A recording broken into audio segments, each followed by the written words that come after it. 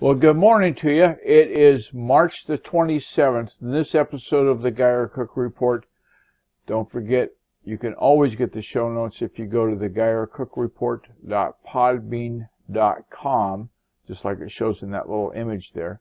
And the show notes today, I'm proud to say I wrote them ourselves.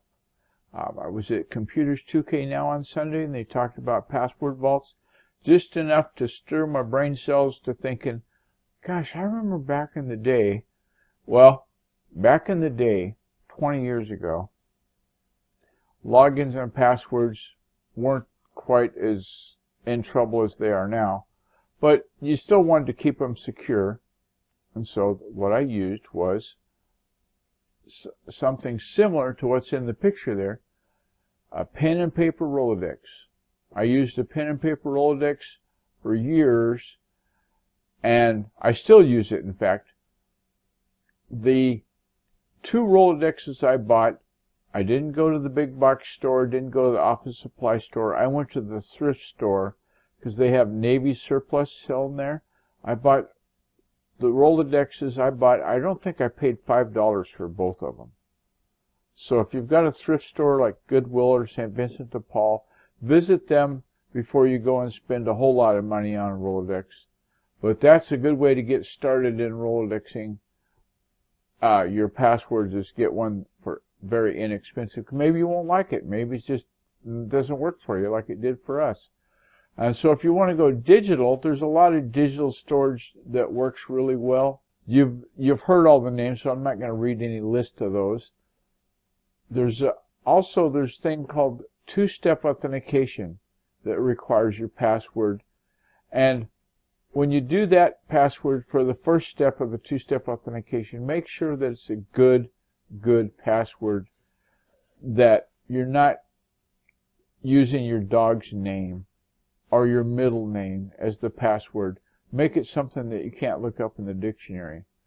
Then, once you put that good password into your authentication, you'll get a special code, and it'll either be an encrypted email, it could be a phone call. Anyway, you'll get that code, and they'll say, put this code in, and that'll open the door and get into that service that you want to get into. Back in 2009, yours truly was working as a consultant engineer for Volt Consulting over in Redmond. And you can't send a password through the email. So their policy, which was espoused by the big company, said send the password only through voicemail. And you can only use the NATO alphabet. So if you say A is the letter and the password, you say A is in Alpha, B is in Bravo, C is in Charlie. Feel me? And if you don't know the entire NATO alphabet, like I didn't know it at first, my dad was a veteran, but I'm not. And you go to the link that's right there in the show notes, dynamoo.com, and they've got a PDF file that will tape right up on the side of your monitor. And I'd show you a picture of mine still taped up and working, because it's handy to have it. Because if you get a password that comes up with a Q and you forget that it's quiet, then you can go to that sheet and see, oh, U is uniform, Z is a zoo, etc. So give that a go. Make sure that you're using good, secure passwords.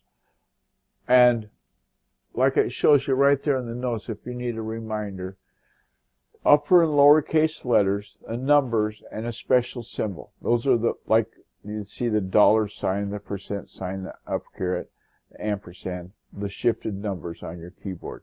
And those all have a separate, unique hexadecimal code. Now, one of the things that you can kind of customize your password generator, I've done this with mine, is take out characters that when they're written down on the barroom napkin won't work. An example of that would be a number 1 and a lowercase l. Because usually barroom napkins, the 1 is just going to be a vertical line, just like a lowercase l, and you look at it 3 months later and go, now what was that password that they gave me? Oh, well, I can't remember. I can't read it. So the credentials that you use will do as good a job for you as you do the job of getting them to be secure. So give that a go, and happy Monday. We're going to see you tomorrow on SEO Tips Tuesday, and we're going to talk about some things about SEO for you. But before we do that, I want to share a tip with you about the Geyer-Cook Report questions. What those are built with is, many years ago we talked about your brand's transparency and the fact that if your brand is a known quantity, if they know a little bit about you, then they're going to tend to buy from you rather than the person they don't know at all, or somebody that's referred to you. So making yourself transparent in order to gather referrals might be a good thing. And the Geyer-Cook Report questions, I hope, will assist you in that. We have an invitation there to become a patron of the show on the Podbean. And we've also got a link there for the Start Here Planning Session Guide.